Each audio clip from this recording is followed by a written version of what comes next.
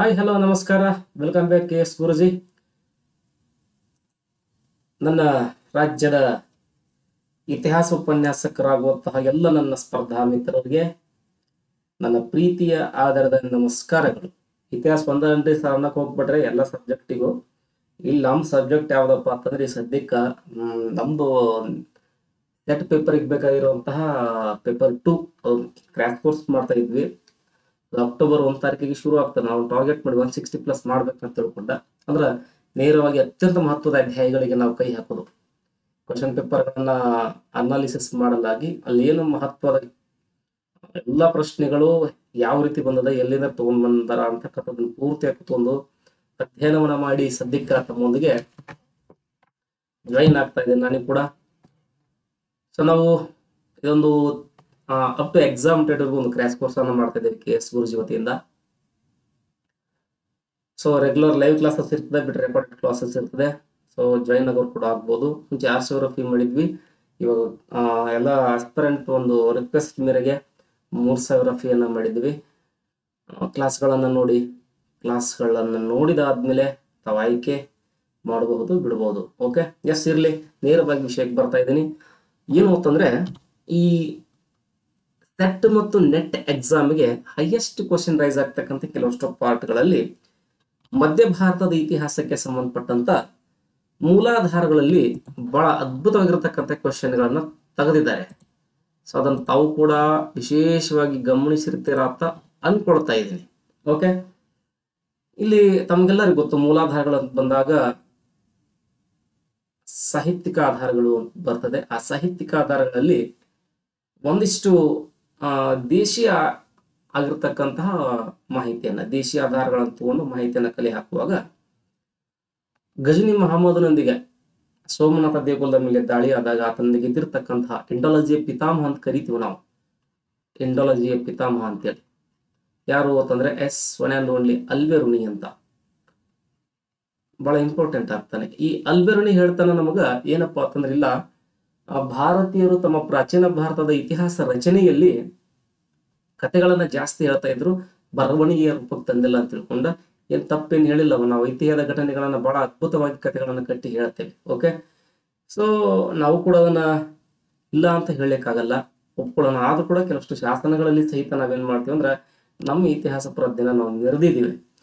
ಇರ್ಲಿ, ಆದ್ರೆ ನಮ್ಮ ಕೆಸೆಟ್ ಎಕ್ಸಾಮಿಗೆ ಸಂಬಂಧಪಟ್ಟಂತಹ ಮಹತ್ವವಾದ ಮಾಹಿತಿಗಳಲ್ಲಿ ಈ ದೇಶೀಯ ಸಾಹಿತ್ಯಿಕ ಆಧಾರಗಳಲ್ಲಿ ಭಾರತದಲ್ಲಿ ಮುಸ್ಲಿಮರು ನೆಲೆ ನಿಂತ ಮೇಲೆ, ನಮ್ಮ ಭಾರತ ದೇಶದೊಳಗೆ ಮುಸ್ಲಿಮರು ಏನು ಆಡಳಿತ ಆಗ್ತದೆ ಬಂದು ನೆಲೆ ನಿಲ್ತಾರಲ್ಲ, ವಿಫಲವಾಗಿರ್ತಕ್ಕಂಥ ಐತಿಹಾಸಿಕ ಗ್ರಂಥಗಳ ರಚನೆಯನ್ನ ಮಾಡ್ತಾರೆ. ಆ ರಚನೆಗಳ ಮೂಲಕ ಏನಾಗ್ತದೆ ಅಂತಂದ್ರ ನಮಗ ಕೆಲವಷ್ಟು ಅದ್ಭುತವಾಗಿರ್ತಕ್ಕಂತಹ ಮಾಹಿತಿಗಳು ಲಭ್ಯ ಆಗ್ತವೆ. ಅವುಗಳ ಮೇಲೆ ಪ್ರಶ್ನೆಗಳಾಗಿರ್ತಕ್ಕಂಥದ್ದು. ಉದಾಹರಣೆಗೆ ಒಂದು ಎಕ್ಸಾಂಪಲ್ಗೆ ಏನಂತ ಆಗ್ಬೋದು, ಅವನು ಅತ್ ಮಾಲಿಕ್ ಜುವೈನಿ ಅಂತ ತಿಳ್ಕೊಂಡು, ಅವನ ಹೆಸರು ಅತ್ ಮಾಲಿಕ್ ಜುವೈನಿ ಅಂತೇಳಿ. ಈ ಜುವೈನಿ ಒಂದು ಕೃತಿಯನ್ನ ಬರೀತಾನೆ. ಏನು ಅಂತಂದ್ರೆ, ಬರ್ಕೊಳ್ರೆಲ್ಲ ಎಕ್ಸಾಮಿಗೆ ಬರುವಂತ ತಾರೀಖ್ ಇ ಜಹಾನ್ ಅಂತಕ್ಕಂತಹ ಒಂದು ಕೃತಿಯನ್ನ ಬರೀತಾನೆ, ಗ್ರಂಥವನ್ನ ಬರೀತಾನೆ. ಇವನ ಪೂರ್ಣ ಹೆಸರು ಅತ್ ಮಾಲಿಕ್ ಅಂತೇಳಿ. ಅತ್ ಮಾಲಿಕ್ ಇವನ ಪೂರ್ಣ ಹೆಸರು ಅತ್ ಮಾಲಿಕ್ ಅಂತಕ್ಕಂತಹ ಒಬ್ಬ ಮುಸ್ಲಿಂ ಬರಹಗಾರ ಒಂದು ಗ್ರಂಥವನ್ನ ಬರೀತಾನೆ. ತಾರೀಖ್ ಇ ಜಹಾನ್ ಅಂತಕ್ಕಂಥ ಗ್ರಂಥವನ್ನ ಬರೀತಾನೆ. ಈ ಗ್ರಂಥದ ಮೂಲಕ ಅವನು ಏನು ಹೇಳ್ತಾನಂದ್ರೆ, ಮಧ್ಯಯುಗಕ್ಕೆ ಸಂಬಂಧಿಸಿದಂತೆ, ಸೊ ಮಿಡ್ವಲ್ ಹಿಸ್ಟ್ರಿ ಏನಂತೀವಲ್ಲ, ಆ ಮಧ್ಯಯುಗಕ್ಕೆ ಸಂಬಂಧಿಸಿದಂತೆ ಪಾರ್ಸಿ ಧರ್ಮದವ್ರು ಇರ್ಬೋದು, ತುರ್ಕರ್ ಇರ್ಬೋದು, ಅಥವಾ ಉರ್ದು ಗ್ರಂಥಗಳು ಇರಬಹುದು. ಇವುಗಳು ಮಧ್ಯ ಭಾರತಕ್ಕೆ ಸಂಬಂಧಪಟ್ಟಂಗೆ ಸಾಕಷ್ಟು ದೊರೀತವ ನಮಗ ಮಧ್ಯಯುಗದ ಒಂದು ಇತಿಹಾಸದಲ್ಲಿ. ಓಕೆ, ಈ ಭಾಷೆಯು ನಿಮಗ್ ಬರ್ಲಿ. ಜರುತ್ರಾಷ್ಟ್ರ ಅಂತ ಬಂದ ಪ್ರಾಚೀನ ಭಾರತ ಇತಿಹಾಸದಲ್ಲಿ ಜೊರಾಸ್ಟ್ರೈನ್ ಧರ್ಮದ ಸ್ಥಾಪಕ ಅಂತ ಕರಿತೀವಿ. ಪಾರ್ಸಿ ಧರ್ಮದ ಒಂದು ಪವಿತ್ರ ಗ್ರಂಥದ ಅವೈಸ್ತ ಅಂತ ಅಧ್ಯಯನ ಮಾಡ್ತೀವಿ. ಹಾಗೆ ಒಂದಿಷ್ಟು ಇತಿಹಾಸದ ಮೊದಲುಗಳನ್ನು ನಾವಿಲ್ಲಿ ಕಾಣಬಹುದು. ಓಕೆ, ಸೊ ಇವನು ಇನ್ನೊಂದು ಕೃತಿಯನ್ನ ಬರೀತಾನೆ, ಜುವೈನಿ ಅಂತಕ್ಕಂಥ ವ್ಯಕ್ತಿ. ಏನಪ್ಪಾ ಅಂದ್ರೆ, ಗುಶ್ ಇ ಬಹಳ ಚಂದ ಬರೀತಾರೆ ಇವರು, ಜುವೈನಿ ಅಂತೇಳಿ, ಗುಶ್ ಇ ಜುವೈನಿ ಅಂತ ಬರೀತಾನೆ. ಓಕೆ, ಸೊ ಈ ಮೂಲಕ ಏನು ಹೇಳಿದ ಅಂತಂದ್ರೆ ಮಧ್ಯ ಏಷ್ಯಾದಲ್ಲಿ ಮುಸ್ಲಿಮರ ಅಸ್ತಿತ್ವ ಇತ್ತು ಅಂತಕ್ಕಂತಹ ಮಾಹಿತಿಯನ್ನು ಕೊಡ್ತಾರೆ. ಭಾರತ ಅಂತ ಬಂದಾಗ ನನ್ನ ನಕ್ಷೆಗಳನ್ನು ಜಾಸ್ತಿ ಕೈಲಿ ತೆಗಿತಿರ್ತಾನೆ, ಪಾಯಿಂಟರ್ ಬಳಸ್ಕೊಂಡು. ಏನ್ ನಾವು ಮಧ್ಯ ಏಷ್ಯಾ ಅಂತ ಕರಿತೀವಲ್ಲ, ಆ ಭಾಗದೊಳಗ ಒಂದಿಷ್ಟು ಮಾಹಿತಿಗಳನ್ನ ಕಲೆ ಹಾಕುವಾಗ ಇವನ್ ಹೇಳ್ತಕ್ಕಂಥದ್ದು, ಇಲ್ಲ ಇಲ್ಲಿ ಮುಸ್ಲಿಮರ ಅಸ್ತಿತ್ವ ಇತ್ತು ಅಂತ. ಅವನ ಎರಡೂ ಕೃತಿಗಳಲ್ಲಿ ತಾರಿಕಿ ಜಹಾನ್ ಆಗಿರ್ಬೋದು, ಗುಶಿ ಜುವೈನಿ ಆಗಿರ್ಬೋದು, ಈ ಎರಡೂ ಕೃತಿಗಳಲ್ಲಿ ಅಥವಾ ಎರಡೂ ಗ್ರಂಥಗಳಲ್ಲಿ ಹೇಳ್ತಾನೆ ನಮ್ಮ ಮಧ್ಯ ಏಷ್ಯಾದ ಒಂದು ಭಾಗದೊಳಗ ಮುಸ್ಲಿಮರ ಆಡಳಿತ ಇತ್ತು ಅಂತಕ್ಕಂಥ ಮಾಹಿತಿಯನ್ನ ಕೊಡ್ತಾನೆ. ಹಾಗೆ ಒಂದು ತಾವೆಲ್ಲ ಕೇಳಿರಬಹುದು ಚಾಚನಾಮ ಅಂತಕ್ಕಂತಹ ಒಂದು ಕೃತಿಯನ್ನ, ಇವೆಲ್ಲ ಆಧಾರಗಳು ನೋಡ್ರೆ ಎಕ್ಸಾಮಿಗೆ ಬರುವಂಥವು. ಚಾಚನಾಮ ಅಂತಕ್ಕಂಥ ಒಂದು ಕೃತಿ ಅದ. ಇದನ್ನ ಅನಾಮಿಕ ಅಂತ ಕೂಡ ಕರೀತಾರೆ. ಸಿಂಧ್ ಪ್ರಾಂತ್ಯದ ಮೇಲೆ ಅರಬ್ಬರ ದಾಳಿನ ಕುರಿತಾಗಿ, ಸಿಂಧ್ ಪ್ರಾಂತ್ಯದ ಮೇಲೆ ಅರಬ್ಬರ ದಾಳಿಗಳ ಕುರಿತಾಗಿ ಹೇಳ್ತದೆ. ಇದು ಅರಬ್ಬರ ದಾಳಿಯ ಬಗ್ಗೆ ಚಾಚನಾಮ ಹೇಳ್ತದೆ. ಮತ್ತೆ ಇದನ್ನ ಮೊಹಮ್ಮದ್ ಅಲಿ ಬಿನ್ ಅಬೂಬಕರ್ ಕುಫಿ ಅಂತಕ್ಕಂಥವ ಪರ್ಷಿಯನ್ ಭಾಷೆಗೆ ಭಾಷಾಂತರಿಸ್ತಾನ ನೋಡ್ರಿ. ಇದನ್ನ ಪರ್ಷಿಯನ್ ಭಾಷೆಗೆ ಭಾಷಾಂತರ ಮಾಡ್ತಾರ. ಯಾರು ಅಂದ್ರ ಮೊಹಮ್ಮದ್ ಅಲಿ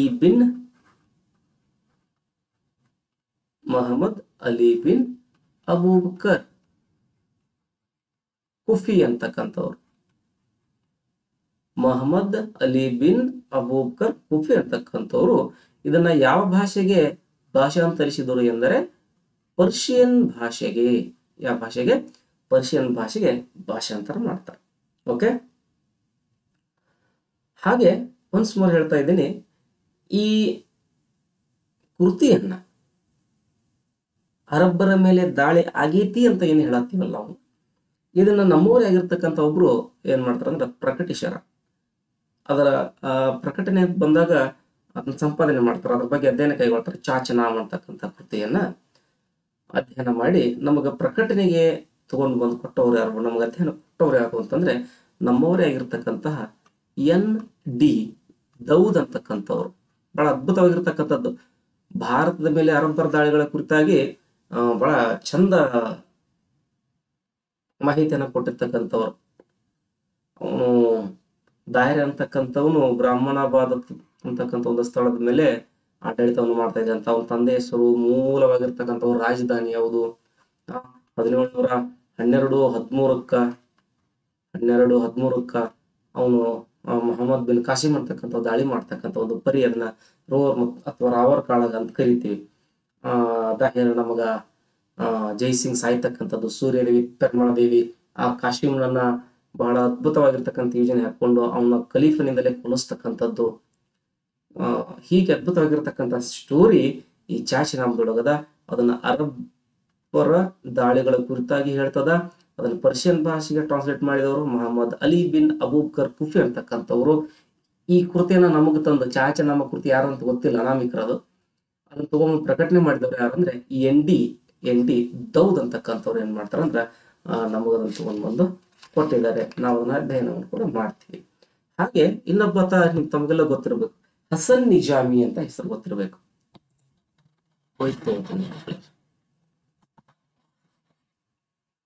ವೈಟ್ ಕಲರ್.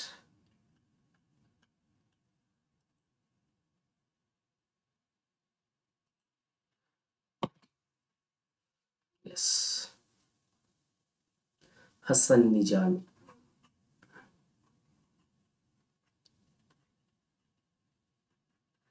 ಇಲ್ಲೇ ನಾ ಕಾಣವಲ್ಯ, ನಾ ಕಂಡೆ ಅಂದ್ರೆ ನನಗೆ ಅರ್ಧ ಬೋರ್ಡ್ ಹೋಗ್ತದೆ. ಇಲ್ಲಿಂದ ನನ್ನ ತಲೆಯಿಂದ ಬರಿಬೇಕಾಗತ್ತಂತ ನನ್ನ ಮಕ ಏನು ಅವಶ್ಯಕತೆ ಇಲ್ಲಿ ಮುಖ. ಓಕೆ, ಇವ್ರು ಬರೀತಾರೆ ತಾಜ್ ಉಲ್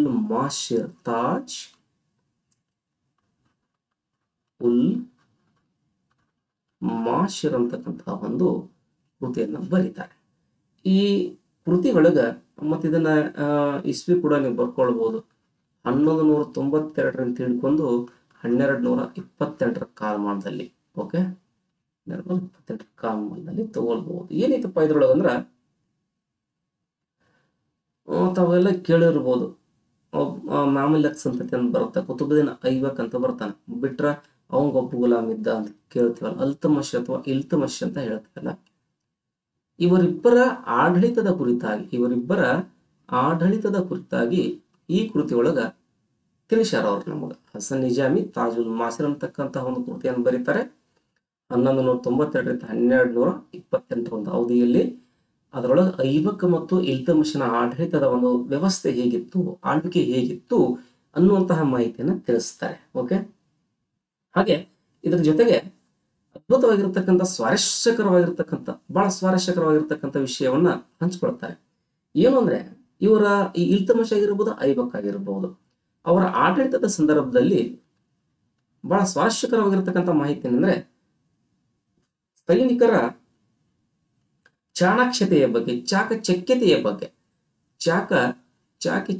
ಬಗ್ಗೆ ಸಹಿತ ಇಲ್ಲಿ ಮಾಹಿತಿಯನ್ನ ನಮಗ ನೀಡ್ತಕ್ಕಂಥದ್ದು. ಚಾಕಚಕ್ಯತೆ ಅಂದ್ರ ಎದುರಾಳಿಗಳ ಮೇಲೆ ಹೋರಾಡ್ತಕ್ಕಂಥ ಒಂದು ಬಲಾಬಲ ಅಂತ ಹೇಳ್ತೀವಿ ಅದನ್ನ ನಾವು. ಒನ್ಸ್ ಮೋರ್ ಹೇಳ್ತೀವಿ ನೋಡ್ರಿ, ಹಸನ್ ನಿಜಾಮಿಯ ತಾಜ್ ಉಲ್ ಮಾಸಿರ್ ಅಂತಕ್ಕಂಥ ಕೃತಿ ಕುತುಬುದ್ದೀನ್ ಐಬಕ್ ಮತ್ತು ಇಲ್ತಮಿಶ್ನ ಆಡಳಿತದ ಬಗ್ಗೆ ತಿಳಿಸ್ತದ, ಜೊತೆಗೆ ಸೈನಿಕರ ಚಾಣಾಕ್ಷತೆಯ ಬಗ್ಗೆಯೂ ಕೂಡ ತಿಳಿಸ್ತಕ್ಕಂಥದ್ದು. ಇದು ಮಧ್ಯ ಭಾರತದ ಇತಿಹಾಸಕ್ಕೆ ಸಂಬಂಧಪಟ್ಟಂತ ಮೋಸ್ಟ್ ಕಿಂಗಪಿನ್ ಏರಿಯಾ. ಕೆಸೆಟ್ ಎಕ್ಸಾಮ್ ಇಲ್ಲಿಂದ ನಿಮ್ಗೆ ಶುರು ಆಗ್ತದ. ಕ್ಲಾಸ್ ಕೂಡ ಆನ್ಲೈನ್ ಅಲ್ಲಿ ನಾನು ನೇರವಾಗಿ ಮಧ್ಯಯುಗದ ಭಾರತಕ್ಕೆ ಹೋಗ್ತಾ ಇದ್ದೀನಿ. ಮಾಡರ್ನ್ ಹಿಸ್ಟ್ರಿ ಆದ್ಮೇಲೆ ಏನ್ಷಿಯಂಟ್ ಹಿಸ್ಟ್ರಿಗೆ ಬರೋದು. ಓಕೆ, ಸೊ ಇರ್ಲಿ.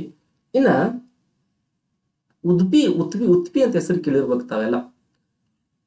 ಉತ್ಪಿ ಅಂತೇಳಿ ಪೂರ್ಣ ಹೆಸರು ಅಬು ಉತ್ಬಿ ಅಂತ ಅವ್ರ ಹೆಸರು. ಅಬು ಉತ್ಪಿ ಅಂತ ತಿಳ್ಕೊಂಡು ಇವರು ಒಂದು ಕೃತಿ ಬರೀತಾರ, ತಾರೀಖ್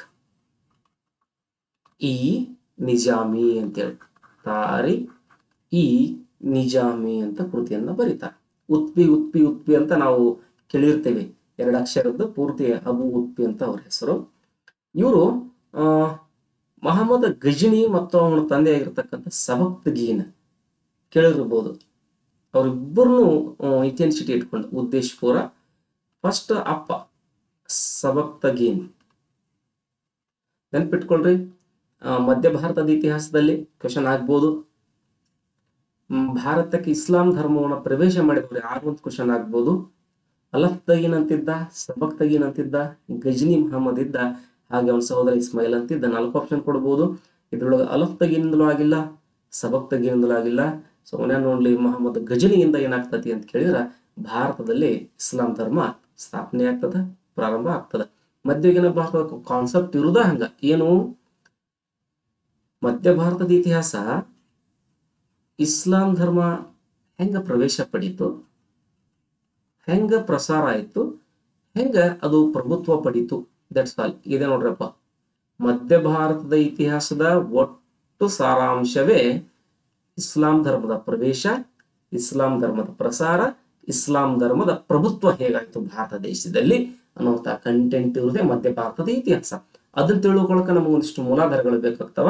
ಆ ಮೂಲಾಧಾರಗಳಲ್ಲಿ ಐತಿಹಾಸಿಕವಾಗಿ ಇರತಕ್ಕಂಥ ಕೆಲವಷ್ಟು ಸಾಹಿತ್ಯಿಕ ಮೂಲಗಳನ್ನು ನಾವು ಇವತ್ತ ಕ್ಯಾಚ್ ಮಾಡ್ತಾ ಇದ್ದೀವಿ. ಓಕೆ, ಒನ್ಸ್ ಮೋರ್, ಈ ಉತ್ಪಿ ತಾರೀಖ್ ಇ ನಿಜಾಮಿ ಅಂತಕ್ಕಂಥ ಒಂದು ಕೃತಿಯನ್ನ ಬರೆದು ಅದರೊಳಗ ಯಾರ ಬಗ್ಗೆ ತಿಳಿಸಕ್ ಪ್ರಯತ್ನ ಪಟ್ಟ ಅಂದ್ರ ಸಬಕ್ತಗೀನ್ ಮತ್ತು ಗಜ್ನಿ ಅವರ ಬಗ್ಗೆ ತಿಳಿಸ್ಲಿಕ್ಕೆ ಪ್ರಯತ್ನ ಪಟ್ಟ.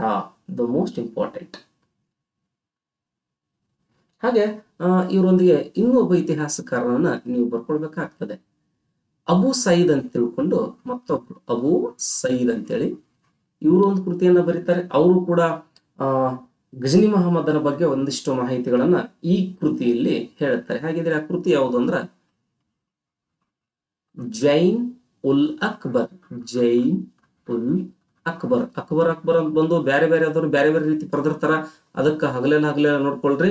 ಅಬೂ ಸೈದ್ ಅಂತಕ್ಕಂಥವನು ಒಂದು ಗ್ರಂಥವನ್ನ ಬರೀತಾನೆ, ಗಜ್ನಿ ಮಹಮ್ಮದರ ಬಗ್ಗೆ ಮಾಹಿತಿಯನ್ನ ಕೊಡ್ತಾನೆ. ಜೈನ್ ಉಲ್ ಅಕ್ಬರ್ ಅಂತಕ್ಕಂಥದ್ದು ಆ ಗ್ರಂಥದ ಹೆಸರಾಗಿತ್ತು. Okay okay, yes yes. Once more ನೋಡ್ರಿ, ಹಸನ್ ನಿಜಾಮಿ ತಗೊಳ್ರಿ, ಅಬು ಉತ್ಪಿ ತಗೊಳ್ರಿ, ಅಬು ಸೈಯದ್ ಅವ್ರದ್ದು ಕೂಡ ತಗೊಳ್ರಿ. ಓಕೆ, ಸೊ ಹಾಗೆ ಇನ್ನಷ್ಟು ಮಾಹಿತಿಯನ್ನ ನೋಡ್ತಾ ಹೋಗೋಣ. ಯಾವತ್ತೂ ಲಿಂಕು ಎಲ್ಲೋ. ಇನ್ನ ಮತ್ತೊಬ್ಬರ ಹೆಸರು ನಮ್ಮ ಇತಿಹಾಸದಲ್ಲಿ ಚಿರಸ್ಥಾಯಿ ಹಾಸುಹೊಕ್ಕಾಗಿರ್ತಕ್ಕಂಥದ್ದು ಯಾರು ಅಂತ ಕೇಳಿದ್ರೆ ಅಮೀರ್ ಖುಸ್ರೋ ಅಂತಕ್ಕಂಥ ಹೆಸರು. ಅಮೀರ್ ಖುಸ್ರೋ ಬಹಳ ಇಂಪಾರ್ಟೆಂಟ್ ಪರ್ಸನ್. ಇವರು ಕೂಡ ಏನ್ ಮಾಡ್ತಾರಂದ್ರ ಭಾರತದ ಇತಿಹಾಸದ ಮೇಲೆ ನಿಖರವಾಗಿರ್ತಕ್ಕಂಥ ಅಂಕಿಅಂಶಗಳನ್ನು ನೀಡ್ತಕ್ಕಂತಹ ಮೊದಲ ಕೃತಿಕಾರ ಇವರೇ.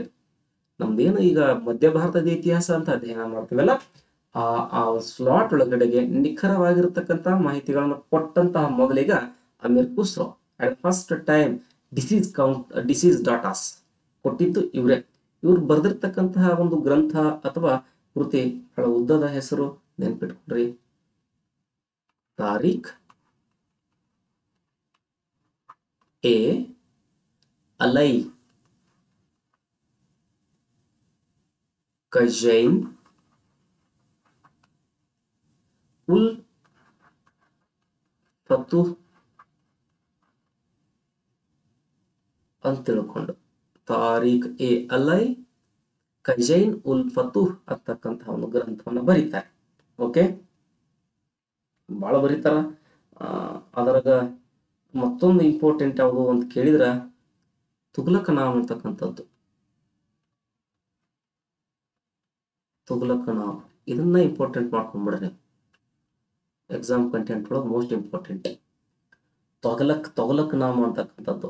ಕ್ರಿಸ್ತ ಶಕ 1213 ಹುಟ್ಟಿರ್ತಕ್ಕಂತಹ ಅಮೀರ್ ಖುಸ್ರೋ ಹುಟ್ಟಿದ್ದು 1253 ಕೈಕೋಬಾದನ ಹೆಸರು ಕೇಳಿರ್ತಿರ್ತಾವು, ಅವ್ರ ಬಗ್ಗೆ ಹೇಳ್ತಾರೆ. ಕೈಕೋಬಾದ ಕೇಳಿರ್ಬೋದು ಹೆಸರು. ಜಲಾಲುದ್ದೀನ್ ಖಿಲ್ಜಿ ಬಗ್ಗೆ, ಓಕೆ, ಜಲಾಲುದ್ದೀನ್ ಖಿಲ್ಜಿ ಬಗ್ಗೆ ಹೇಳ್ತಾರೆ. ಮತ್ತ ಇವನ್ ಬಿಟ್ಟಿರ್ತಾರನ್ರಿ ಅಲಾವುದ್ದೀನ್ ಖಿಲ್ಜಿ ಬಗ್ಗೆ, ಅವ್ರ ಬಗ್ಗೆ ಹೇಳಿರ್ತಾರ. ಅಲಾವುದ್ದೀನ್ ಬಗ್ಗೆ, ಓಕೆ. ಅವನು ಕುತುಬುದ್ದೀನ್ ಮುಬಾರಕ್ ಅಂತ ಬರ್ತಾನೆ ನೋಡ್ರಿ, ಕುತುಬುದ್ದೀನ್ ಮುಬಾರಕ್ ಅಂತ ಬರ್ತಾನೆ ನೋಡ್ರಿ, ಅವನ ಬಗ್ಗೆ. ಹಾಗೆ ಗಿಯಾಸುದ್ದೀನ್ ಅಂತ ಕೇಳಿರ್ಬೇಕು ಹೆಸರು. ಯಾರ್ಯಾವ ಗಿಯಾಸುದ್ದೀನ್ ಕಮೆಂಟ್ ಮಾಡ್ರಿ.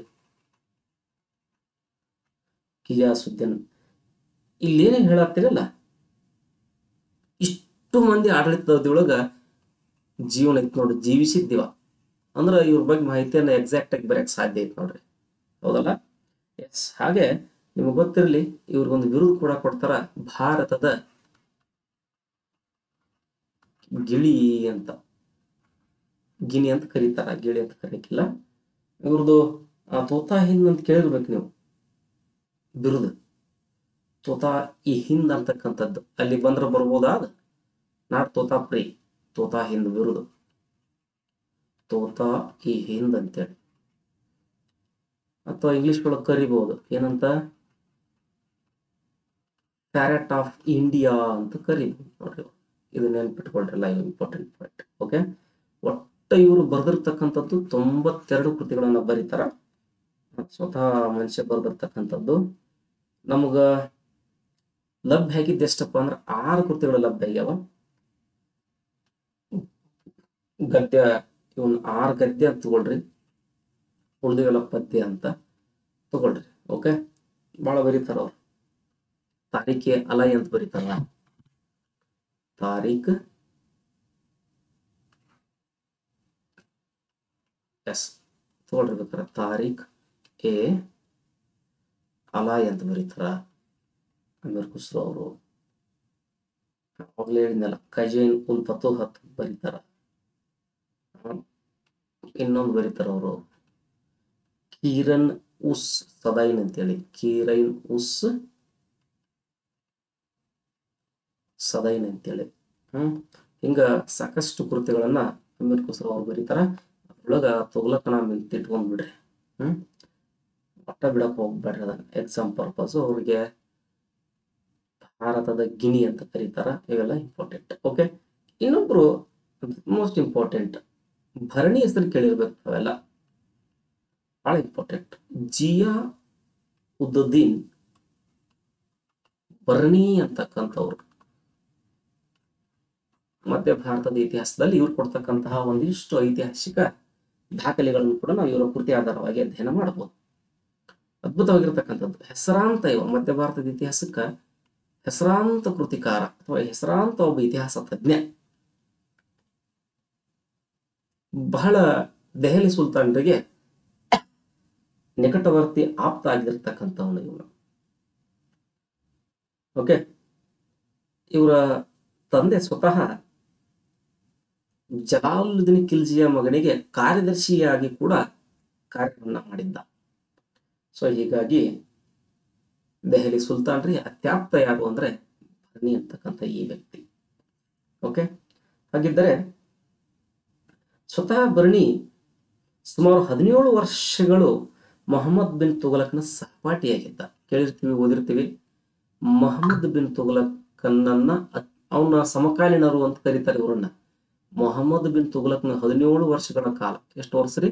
17 ವರ್ಷಗಳ ಕಾಲ ಬಹಳ ಹತ್ತಿರದಿಂದ ನೋಡಿರ್ತಕ್ಕಂಥವನು, ಅವನ ಸ್ನೇಹಿತನಾಗಿದ್ದಂಥವನು, ಅವನ ಸಹಪಾಠಿಯಾಗಿದ್ದಿರ್ತಕ್ಕಂಥವನು ಜಿಯಾವುದ್ದೀನ್ ಬರ್ನಿ ಅಂತಕ್ಕಂಥವ. ಹಂಗಂದ್ರ ಮೊಹಮ್ಮದ್ ಬಿನ್ ತುಘಲಕ್ನ ಎಲ್ಲಾ ಪವಾಡ ಇವ್ರು ನೋಡ್ಯಾರ ಅನ್ನಂಗ ಮಿಕ್ಚರ್ ಆಫ್ ಅಪೋಸಿಟ್ಸ್ ಅಂತ ಕರಿತೀವಿ ಅವ್ರನ್ನ. ಅತ್ಯಂತ ಧೀಮಂತನಾದ ಶತಮೂರ್ಖ, ಶ್ಲಾಘನೆಗೂ ನಿಂದನೆಗೂ ಒಳಗಾಗಿರ್ತಕ್ಕಂತಹ ದೊರೆ ಯಾರು ಅಂದ್ರೆ ಮೊಹಮ್ಮದ್ ಬಿನ್ ತುಘಲಕ್. ಅವ್ರನ್ನ ಬಹಳ ಹತ್ತಿರದಿಂದ ನೋಡಿದವ್ರು ಹಾಡಿ ಹೊಗಳ್ತಾರೆ ಇವರು. ಇರ್ಲಿ. ಸೊ ಹಾಗಿದ್ರೆ ಇವ್ರು ಬರೀತಕ್ಕಂತಹ ಆ ಕೃತಿ ಯಾವುದು ಅಂತ ಕೇಳಬಹುದು. ಅದು 1358 ಹೊತ್ತಿಗೆ ಬರ್ತಿರ್ತಕ್ಕಂಥದ್ದು ತಾರೀಖ್ ಇ ಫಿರೋಜ್ ಶಾಹಿ. ಒನ್ಸ್ ಮೋರ್, ತಾರೀಖ್ ಇ ಫಿರೋಜ್ ಶಾಹಿ ಅಂತಕ್ಕಂಥದ್ದನ್ನ ಇವರು ಕೃತಿಯಾಗಿ ಬರೀತಾರೆ. ಮತ್ತ ಇದ್ರ ಒಳಗ ಬಲ್ಬನನ ಆಳ್ವಿಕೆ ಯಾರಂದ್ರೆ ಬಲ್ಬನ್, ಅಲ್ಲಿಂದ ಹಿಡ್ಕೊಂಡು ಬಲ್ಬನಿಂದ ಹಿಡ್ಕೊಂಡು, ಯಾರು ಬಲ್ಬನ್ನು? ಗುಲಾಮನೊಬ್ಬ ದೆಹಲಿಯನ್ನಾಳಿದ ಕಥೆ ಅಂತ ನಾವು ಓದ್ತೀವಿ. ಗುಲಾಮಿ ಸಂತತಿ ಅಂತ ಬಂದಾಗ ಬಲ್ಬನನ ಆಡಳಿತ ಇಂಪಾರ್ಟೆಂಟ್ ಆಗ್ತದೆ. ಚಹಲಗನಿ ಪದ್ಧತಿಯನ್ನು ತೆಗೆದು ಗೂಢಚಾರ ವ್ಯವಸ್ಥೆಯನ್ನು ತರತಕ್ಕಂಥದ್ದು.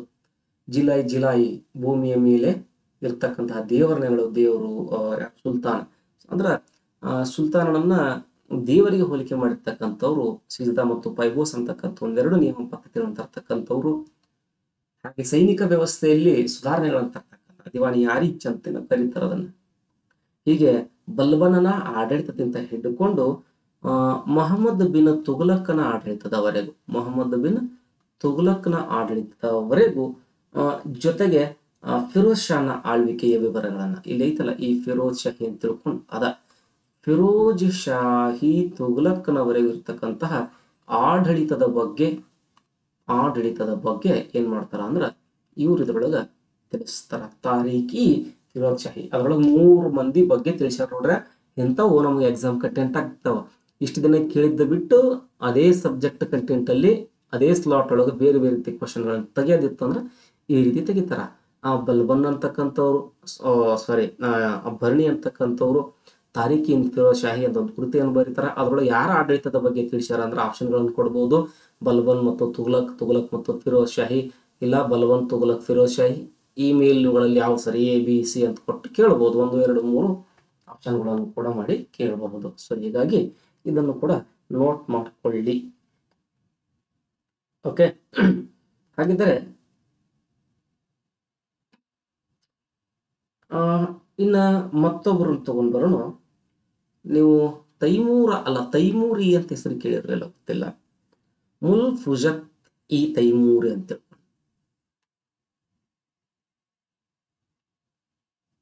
ಮುಲ್ ಫುಜತ್ ಇ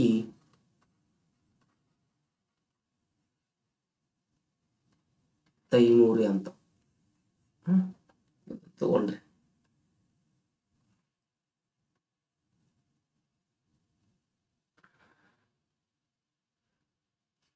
ಓಕೆ, ಇವನು ಮೂಲತಃ ಯಾರಂದ್ರ ಬಾಬರನ ಮುತ್ಯ ತಾತ. ಅಂದ್ರೆ ಇವ ತೈಮೂರ್ನ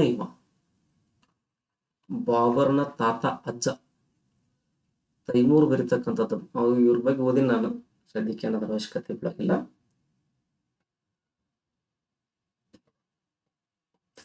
ಇದ ಕೃತಿ ಯಾರ್ದು? ಬಾಬರನ ತಾತ ತೈಮೂರು ಬರೀತಕ್ಕಂಥದ್ದು ಮೂಲ್ ಪೂಜೆತಿ ತೈಮೂರ್ ಅಂತಕ್ಕಂಥ ಒಂದು ಕೃತಿಯನ್ನ ಬರೀತಾನೆ. ಇದ್ರೊಳಗ ತನ್ನ ದಂಡಯಾತ್ರೆಗಳ ಬಗ್ಗೆ ತುರ್ಕಿ ಭಾಷೆ ಒಳಗದ ಇದು. ಮತ್ತೆ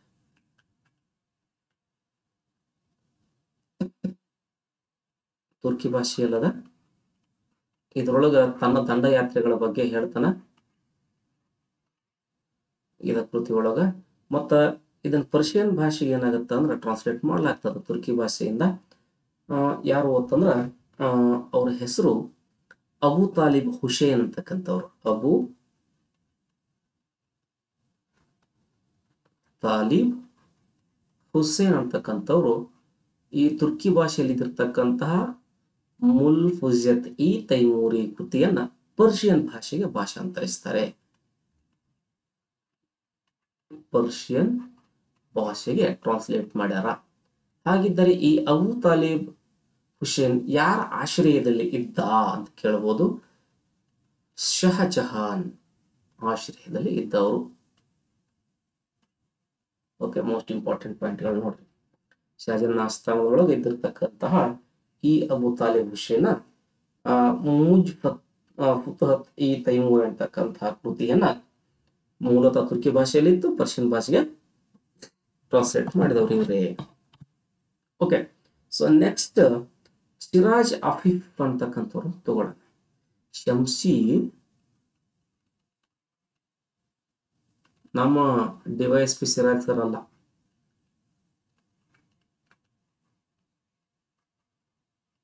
ಅಫೀಫ್ ಅಂತಕ್ಕಂಥವ್ರು. ಸೊ ಎಕ್ಸಾಕ್ಟ್ ಆಗಿ ಕಾಲಮಾನ 1350 1420 ಒಂದು ಅವಧಿ. ಇವರು ಸಹಿತ ಫಿರೋಜ್ ಶಾ ತುಘಲಕನ ಆಪ್ತರ ಇರ್ತಕ್ಕಂಥವ್ರು. ಫಿರೋಜ್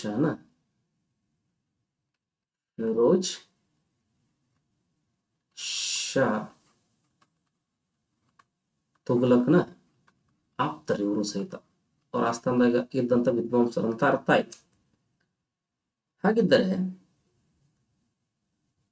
ಇವರು ಯಾವುದರ ಆಧಾರವಾಗಿ ಕೃತಿಗಳನ್ನು ಬರೀಬಹುದು ಅಂದ್ರೆ ಸೋನೆ ನೋಡ್ಲಿ ತುಘಲಕ್ ಸಂತತಿಯ ಬಗ್ಗೆ ಬರೀಬಹುದು.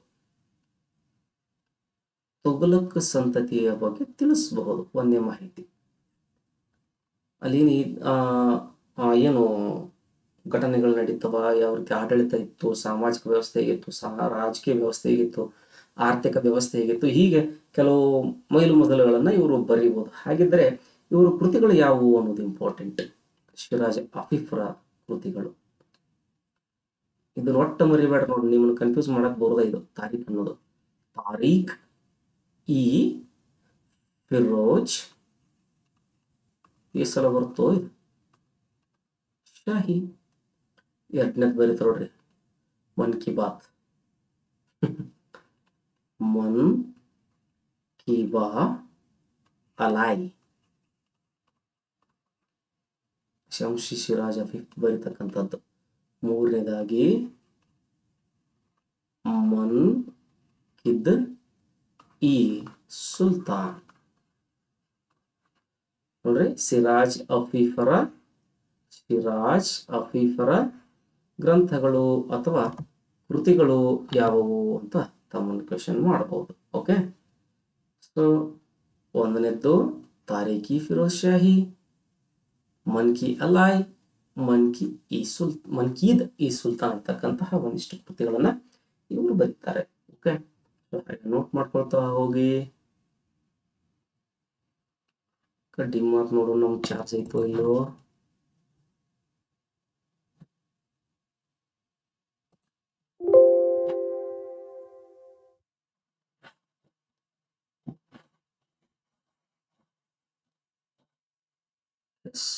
ಕೆಂಪು ಬಟನ್ ತೋರಿಸ್ತಾ ಇದೆ. ಹಾಗೆ ನೆಕ್ಸ್ಟ್ ತಬ್ಕತ್ ಇ ನಾಶಿರಿ ಅಂತಕ್ಕಂತಹ ಕೃತಿಯ ಕಡೆಗೆ ಗಮನವನ್ನ ಕೊಡೋಣ.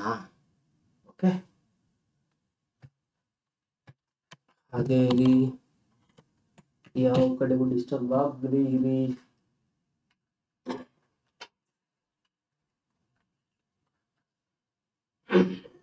ಅದ್ಭುತವಾಗಿರ್ತಕ್ಕಂತಹ ಒಂದು ಸ್ಲಾಟ್ ಒಳಗಡೆ ಇದ್ದೇವೆ.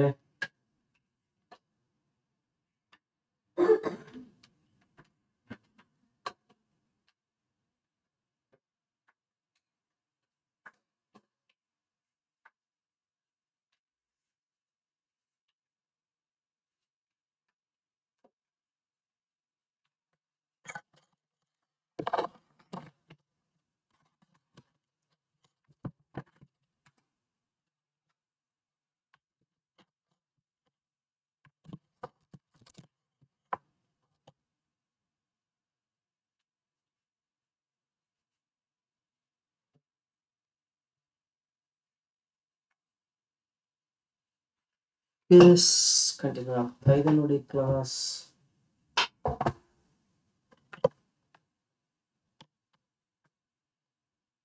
ಇದು ನೆಟ್ಟು ಸೆಟ್ಟು ಪಾಸ್ ಆಗಿಲ್ಲ ಅಂದ್ರ ನಮ್ಮ ಬಾಯಾಗಿನ ಹಲ್ಲೆಲ್ಲ ಹೋಗಿ ಹಲ್ಲು ಸೆಟ್ಟ ಹಾಕಿಸ್ಕೊಳ್ಳಕು ರೊಕ್ಕ ಇರಂಗಿಲ್ಲ ನೋಡ್ರಿ. ಅದಕ್ಕ ನೆಟ್ಟು ಸೆಟ್ಟು ಪಾಸ್ ಆಗ್ರಿ. ಬಹಳ ಸರ್ಕಾರ ನಮಗಾಗಿ ಮತ್ತೊಂದು ಅವಕಾಶವನ್ನ ಕೊಡ್ತಾ ಇದೆ. ಆ ಅವಕಾಶ ಮತ್ತೆ ಮತ್ತೆ ಸಿಗಬೇಕು ಅಂತಂದ್ರ ಕಾಯಬೇಕಾಗ್ತದೆ. ಓಕೆ, ಎಸ್, ಕಂಟಿನ್ಯೂ ಆಗ್ತಿದೆ ಕ್ಲಾಸ್. ಏನು ಅಂತಂದ್ರ ತಬ್ಕತ್ ಈ ನಾಶೀರ್ ಕೇಳಿರ್ಬೋದು.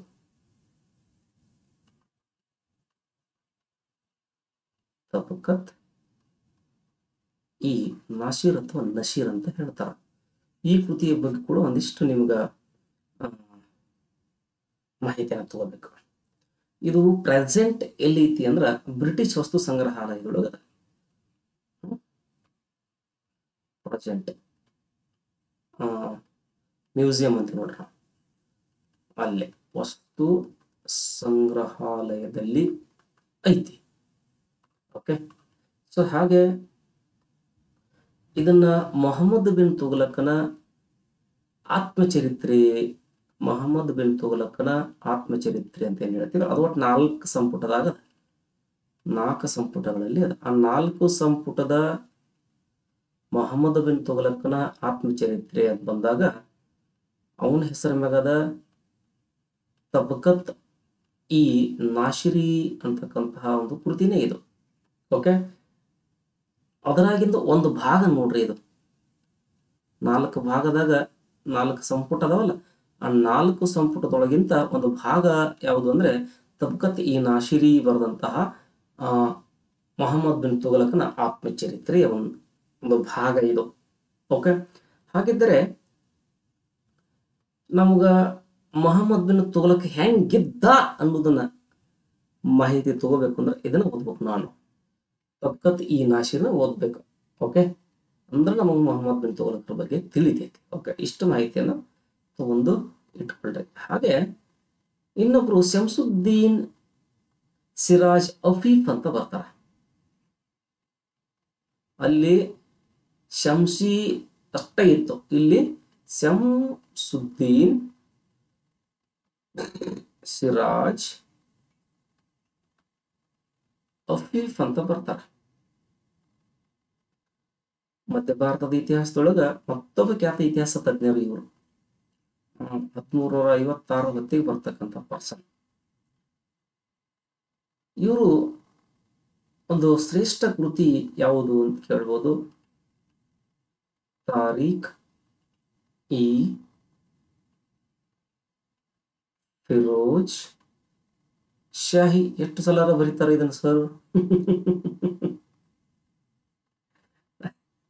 ಇದರೊಳಗ ಏನೈತಪ್ಪ ಅಂತಂದ್ರ 1399 ಹೊತ್ತಿಗೆ ನಡೆದಂತಹ ತೈಮೂರನ ದಾಳಿಗಳ ಬಗ್ಗೆ ಉಲ್ಲೇಖ ಅದ. ತೈಮೂರನ ದಾಳಿಗಳ ಬಗ್ಗೆ ಉಲ್ಲೇಖ ಅದ. ಹೆಂಗ ತೈಮೂರ್ಗ ದೆಹಲಿ ತುತ್ತಾತು, ದೆಹಲಿ ಒಳಗ ರಕ್ತದ ಹೊಳೆಯನ್ನೇ ಹರಿಸಿದಂತ ತೈಮೂರ. ನನ್ನ ಹೆಸರು ಕೇಳಿದ್ರ ಯಾರು ಸನೇಕ ಬರಬಾರ್ದು ಅನ್ನುವಂತ ಲೆಕ್ಕಕ್ಕೆ ಮಾಡಿ ಹೋಗಿದ್ರು ತೈಮೂರು. ತೈಮೂರ್ ಲಂಗ್ ಅಂತ ಕರೀತಾರ. ಆ ಪುಣ್ಯಾತ್ಮರಿಗೆ ಹ್ಯಾಂಡಿಕ್ಯಾಪ್ಟ್ ಅಂತ ಕರೀತಾರ. ದಿವ್ಯಾಂಗಿಗಳಿದ್ರು ಅವ್ರು. ಒಂದ್ ಕಾಲು ಏನೋ ಇಫೆಕ್ಟ್ ಇತ್ತು ಅಂತ ಓದಿದ್ದೆ. ಇರ್ಲಿ, ಇದೊಂದು ಬರ್ಕೊಡ್ರಿ. ಬಹಳ ಅದ್ಭುತವಾಗಿರ್ತಕ್ಕಂಥ ವಿವರಣೆ ಅದ ಇದ್ರೊಳಗೆ ತೈಮೂರನ ಬಗ್ಗೆ. ಆದ್ರ ಇಲ್ಲಿ ನೋಡ್ರಿ, ಇದ ಹೆಸರು ತಾರೀಖಿ ಫಿರೋಜ್ ಶಾಹಿ ಅಂತ ಹಗಲೆಲ್ಲ ಬರತತಿ, ಮತ್ತೆ ಬರತತಿ. ಬಟ್ ಅಲ್ಲೆಲ್ಲೆಲ್ಲೆಲ್ಲೆಲ್ಲೆ ಬೇರೆ ಬೇರೆ ಹೆಸರು, ಬೇರೆ ಬೇರೆ ಕಂಟೆಂಟ್ ಅದ ಅದ್ರೊಳಗೆ. ಓಕೆ, ಆ ಮಾಹಿತಿಯ ಬಗ್ಗೆ ಗಮನ ಇರಲಿ. ಇನ್ನ ಮತ್ತೊಬ್ರು ಯಾರು ಅಂದ್ರ ಬಹಳ ಇಂಪಾರ್ಟೆಂಟ್ ಪರ್ಸನ್, ಯಾಹ್ಯಾ. ಪ್ರಾಕ್ಟೀಸ್ ಮಾಡಿ ಅನ್ನಕ್ಕಿದನ್ನ ಬಿನ್ ಅಹ್ಮದ್ ಸಿರ್ಹಿಂದ್ ಅಂತಕ್ಕಂಥವ್ರು. ಸರ ಸಿರ್ಹಿಂದ್ ಸ್ಥಳ ಐತಲ್ರಿ ಅನ್ಬೇಡ್ರೆ, ಇದು ಹೆಸರಿಗಿದು. ಆಕ್ಚುಲಿ 1400 ಅಂತ ಹೇಳಿದ್ರೆ 1435 ಅವಧಿಯೊಳಗೆ ಬರ್ತಕ್ಕಂಥವ್ರು, 14ನೇ ಶತಮಾನ ಇಲ್ಲಿವರೆಗೂ ಬರ್ತಕ್ಕಂಥ ಒಂದು ಅವಧಿ ಇದು. ಇವ್ರು ಏನ್ ಮಾಡ್ತಾರ ಅಂದ್ರ ಒಂದು ಕೃತಿಯನ್ನ ಬರೀತಾರ. ತಾರೀಖ್ ಇ ಮುಬಾರಕ್ ಶಾಹಿ, ತಾರೀಖ್ ಇ ಮುಬಾರಕ್ ಶಾಹಿ ಅಂತೇಳಿ ಬರೀತಾರ. ಸೊ ಇದ್ರೊಳಗೆ ಏನದ ಅಂತಂದ್ರ ಸಯ್ಯದ ಸಂತತಿ ಅಂತ ಕೇಳಿರ್ತಾವೆಲ್ಲ. ಸಯ್ಯದ ಸಂತತಿ, ಆ ಸಯ್ಯದ ಸಂತತಿಯ ಬಗ್ಗೆ ಮಾಹಿತಿಯನ್ನ ಕೊಡ್ತಕ್ಕಂಥ ಕೃತಿ ಇದಾಗಿದೆ. ತಿಳ್ಕೊಳ್ರಿ. ಮತ್ತೊಂದು ದೆಹಲಿ ಸುಲ್ತಾನರ ಬಗ್ಗೆ ಮಾಹಿತಿಯನ್ನು ಒದಗಿಸ್ತಕ್ಕಂತಹ ಕೃತಿ ಇದಾಗ್ಯದ. ಓಕೆ, ಸೊ ಹಾಗೆ ತಾವು ಬಹಳ ಹತ್ತಿರವಾಗಿರ್ತಕ್ಕಂಥ ಹೆಸರು ಇನ್ನೊಂದು ಯಾವ್ದಂದ್ರೆ ಇಸಾಮಿ ಅಂತಕ್ಕಂಥ ಹೆಸರು. ಒಳ್ಳೆ ಅದ್ಭುತವಾಗಿರ್ತಕ್ಕಂತಹ ಕೃತಿಗಳನ್ನ ಕೊಟ್ಟಂತಹ ಮಹನೀಯರಲ್ಲಿ, ವಿದ್ವಾಂಸರಲ್ಲಿ ಇಸಾಮಿ ಕೂಡ ಒಬ್ರು. ಇವರು ಒಂದು ಕೃತಿಯನ್ನ ಬರೀತಾರೆ, ಅದನ್ನ ಇಸಾಮಿ ಕೃತಿ ಅಂತಾನೆ ಕರಿತೀವಿ. ಬಟ್ ಅದಕ್ಕೆ ಅದರದ ಹೆಸರದ ಫತೂಹ್ ಉಸ್ ಸಲಾತೀನ್ ಅಥವಾ ಸಲಾಟಿನ್ ಅಂತ ಕರೀತಾರ. ಅದನ್ನ ಫತೂಹ್ ಉಸ್ ಸಲಾತೀನ್ ಅಂತಕ್ಕಂತಹ ಕೃತಿಯನ್ನ ಇವರು ನಮಗ ಕೊಟ್ಟಾರ. ಇದ್ರೊಳಗೆ ಏನದ, ಮೊಹಮ್ಮದ್ ಬಿನ್ ತುಗ್ಲಕ್ನ ಆಳ್ವಿಕೆ ಏನಿತ್ತು, ಆ ಮೊಹಮ್ಮದ್ ಬಿನ್ ತುಗ್ಲಕ್ನ ಆಳ್ವಿಕೆಯ ಸಂದರ್ಭದಲ್ಲಿ ದೆಹಲಿಯಿಂದ ದೇವಗಿರಿಗೆ ಅಥವಾ ದೌಲತಾಬಾದ್ ಅಂತ ಹೆಸರು ಕೊಡ್ತಾರಲ್ಲ, ದೇವಗಿರಿಗೆ ರಾಜಧಾನಿಯನ್ನ ವರ್ಗಾಯಿಸಿದರ ಬಗ್ಗೆ ಇದೆ. ಮತ್ತ ಇದರೊಳಗ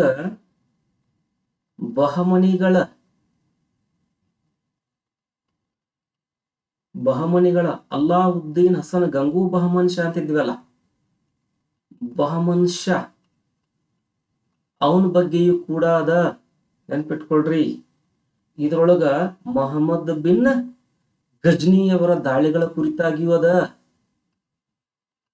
ಇದರೊಳಗ ಅಲ್ಲಾವುದ್ದೀನ್ ಖಿಲ್ಜಿ ಅವರ ಸಾಧನೆಗಳನ್ನು ಸಹಿತ ತಿಳಿಸಲಾಗ್ಯದ.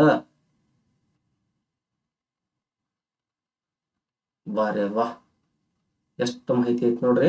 ಫತೂಹ್ ಉಸ್ ಸಲಾತೀನ್ ಒಳಗ ಮೊಹಮ್ಮದ್ ಬಿನ್ ತುಗ್ಲಕನ ಬಗ್ಗೆ ಹೇಳ್ಯಾರ, ಬಹಮನ್ ಶಾನ್ ಬಗ್ಗೆ ಹೇಳ್ಯಾರ, ಗಜ್ನಿ ಬಗ್ಗೆ ಹೇಳ್ಯಾರ, ಜೊತೆಗೆ ಅಲಾವುದ್ದೀನ್ ಖಿಲ್ಜಿಯ ಸಾಧನೆಗಳನ್ನು ಕೂಡ ಇಡೀ ಪ್ರಪಂಚಕ್ಕೆ ತೋರಿಸಿರ್ತಕ್ಕಂಥದ್ದು ಇಸಾಮಿಯ ಫತೂಹ್ ಉಸ್ ಸಲಾತೀನ್. ಯಾರ ಬಗ್ಗೆ ಇಲ್ಲ ಅಂತ ನೆಗೆಟಿವ್ ಕ್ವೆಶನ್ ಮಾಡಬಹುದು. ಓಕೆ, ಸೊ ಜ್ಞಾಪಕದಲ್ಲಿ ಇಟ್ಕೊಳ್ರಿ. ಇನ್ನ ಹಾಗೆ ಸರ್ಹಿಂದ್ ಅಂತಕ್ಕಂತಹ ಅವಾಗಲೇ ನೋಡಿದೀವಲ್ಲ, ಸೈಯದ್ ಸಂತತಿ ಬಗ್ಗೆ ತಿಳಿಸಿರ್ತಕ್ಕಂಥದ್ದು, ಅವ್ರ ಕುರಿತು ನೆನ್ಪಿಟ್ಕೊಳ್ರಿ. ಇನ್ನೊಬ್ರು ನೋಡ್ರಿ, ತಾರಿಕ್ ಇ ಮುಶಾಕ್ತಿ ಅಂತವ್ರು.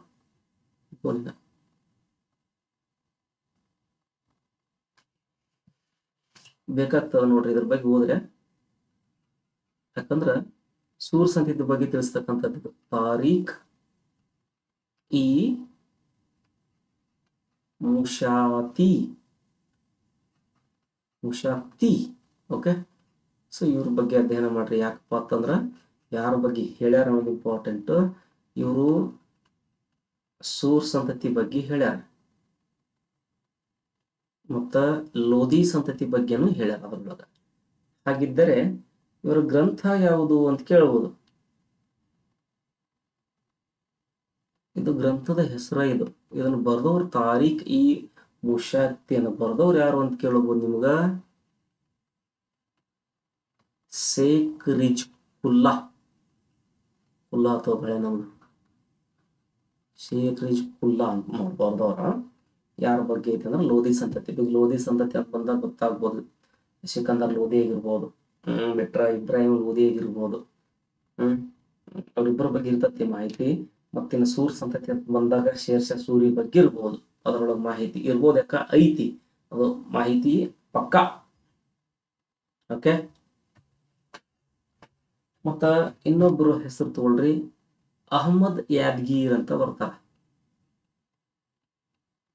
ಅಹಮದ್ ಯಾದ್ಗಿ ಇವರು ಒಂದು ಕೃತಿ ಬರೀತಾರ. ಬಹಲೂಲ್ ಲೋಧಿ ಬಗ್ಗೆ ತಿಳಿಸ್ತಾರ. ತಾರೀಖ್ ಈ ಶಾಹಿ. ಬೇಕಂತ ನಿಧಾನಕ್ಕೆ ಹೇಳಕತ್ತೇನೆ. ನಾವು ಟೈಪ್ ಮಾಡ್ಕೊಂಡ್ ಬಂದು ಸ್ಲೈಡ್ನಾಗ ಹಾಕಿ ಹೇಳೋರಲ್ಲ. ಹಿಂಗ ನೀಟಾಗಿ ಬರ್ಕೊಂಡ್ ಸಾಧ್ಯದಷ್ಟು ಮಾಹಿತಿಯನ್ನ ಹತ್ರಗೊಳಿಸೋರು. ಅಲ್ಲಿರ್ತದ್ದು ನಾವು ನೋಡು ನೀವು ನೋಡು ಹಿಂಗ ಆಗ್ಬಾರ್ದಂತ. ಸೊ ಇಷ್ಟು ನೀವು ಒಂದಿಷ್ಟು ಈ ಮಧ್ಯ ಭಾರತದ ಇತಿಹಾಸದಲ್ಲಿ ಮಾಹಿತಿಗಳನ್ನ ಕಲೆ ಹಾಕ್ಬಹುದು. ಮತ್ತು ಈ ಮಧ್ಯ ಭಾರತದ ಇತಿಹಾಸಕ್ಕೆ ಬಂದಾಗ ನಮ್ಮ ಪೃಥ್ವಿರಾಜ ರಾಸನ್ನು ಕೂಡ ಮರ್ಯಾಕ ಹೋಗ್ಬೇಡ್ರಿ. ಯಾರು ಬರೀತಾರ ಪೃಥ್ವಿರಾಜ ರಾಸು? ಎನಿವನ್? ಎಸ್, ಚಾಂದ್ ಬರ್ದಾಯಿ. ಚಾಂದ್ ಬರ್ದಾಯಿ ಬರೀತಾರ ಪೃಥ್ವಿರಾಜ್ ರಾಸು ಅವ್ರ ಬಗ್ಗೆ. ರಾಸು ಇಟ್ ಮೀನ್ಸ್ ಪ್ರೇಮ ಕಥೆ ಅದು. ಪೃಥ್ವಿರಾಜ್ ರಾಸು ಸಂಯುಕ್ತ ಮತ್ತು ಪೃಥ್ವಿರಾಜರ ಕುರಿತಾಗಿರ್ತಕ್ಕಂಥದ್ದು. ಮತ್ ಬಿಟ್ರ ಇನ್ನೊಂದೆರಡು ಕೃತಿ ಅದಾವ. ಅವರು ಪೃಥ್ವಿರಾಜ್ ವಿಜಯ್ ಅಂತ ಬರೀತಾರ.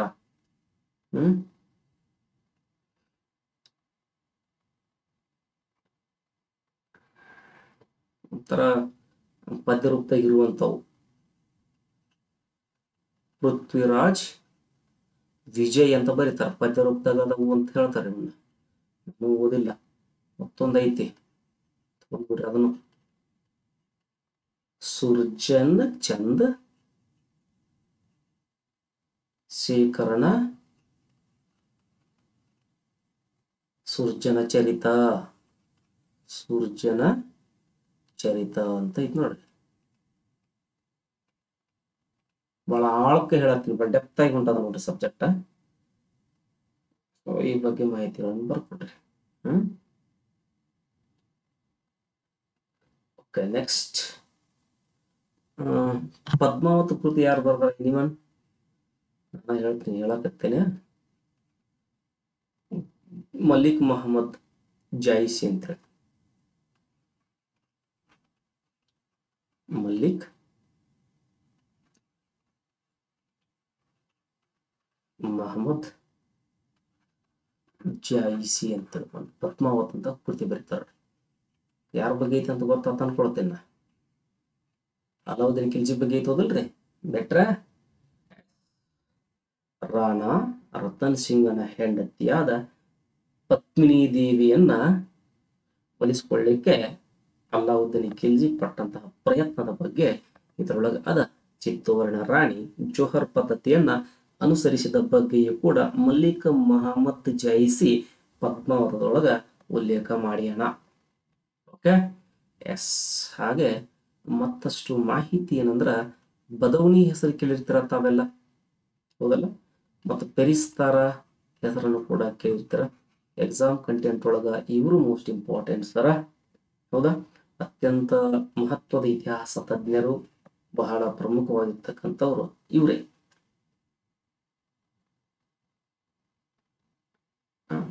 ನೋಡೋಣ, ಬದವಣಿ ಮತ್ತು ಫೆರಿಸ್ತಾರಿಗೆ ಸಂಬಂಧಪಟ್ಟಂತ ವಿಷಯಗಳನ್ನ ಕಮೆಂಟ್ ಮೂಲಕ ನನಗೆ ತಿಳಿಸ್ರಿ. ಒಂದಿಷ್ಟು ನಿಮಗೆ ಕೊಡ್ತೇನೆ, ನಮಗ ಗೊತ್ತು, ಬಟ್ ನೀವು ಅದನ್ನ ತಿಳಿಸ್ರಿ, ಸರಿಯಾ? ಹಾಗೆ ಇನ್ನು ಕನ್ನಡ ಗ್ರಂಥಗಳ ಬಗ್ಗೆ ನಾವು ಡಿಸ್ಕಸ್ ಮಾಡೋಣ. ಕನ್ನಡ ಗ್ರಂಥಗಳ ಬಗ್ಗೆ ಡಿಸ್ಕಸ್ ಮಾಡಬೇಕು ಅಂತಂದ್ರ ಟೈಮ್ ಎಷ್ಟಾಯ್ತು ನೋಡು, ಸಮಯವನ್ನು ನೋಡಿ ತರಗತಿಯನ್ನು ಮುಂದುವರ್ಸೋಣ. ಸೊ ಆಲ್ ಮೈ ಆಸ್ಪರೆಂಟ್ಸ್, ನಿಮ್ಗಂತ ಕ್ಲಾಸ್ ನಡೆಯತ್ತದ, ಮಸ್ತ್ ಕ್ಲಾಸು.